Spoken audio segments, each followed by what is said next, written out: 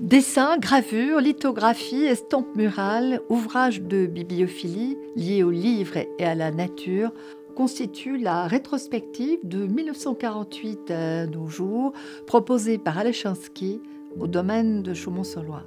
Fasciné depuis toujours par le papier et les techniques d'impression, puisqu'on le sait, il fut d'abord typographe et illustrateur, l'artiste en connaît de longue date tous les secrets et toutes les virtualités. Sa passion pour ce type de création, sa totale maîtrise de cette délicate méthode d'écriture et d'expression à l'envers sur la pierre ou le cuivre, sa connaissance sans faille des règles mystérieuses et chimiques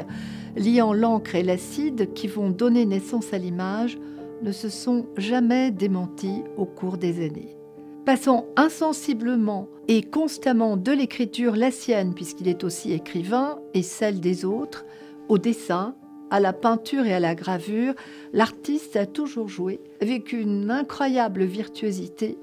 avec les motifs, mais aussi avec les lignes et avec les signes. Ce qui frappe immédiatement dans l'œuvre d'Alechinsky, c'est l'élan, le dynamisme, la fluidité du pinceau, du crayon, de la plume, le courant immédiat et continu du cerveau à la main, comme une intense et persistante jubilation créative. Ce qui touche, c'est aussi la grâce, l'infinité des nuances, des formes, des couleurs, la légèreté, le lien constant entre les images et les mots, issus d'une intelligence graphique en fusion permanente. C'est ainsi qu'apparaissent, dans le cadre de cette rétrospective, des arbres et des astres, des sphinx et des volcans, et bien d'autres figures liées à la nature et à l'art, dans ce panorama passionnant de plus de 70 ans de création, où règne sans partage le génie, l'humour et l'esprit d'Alechinsky.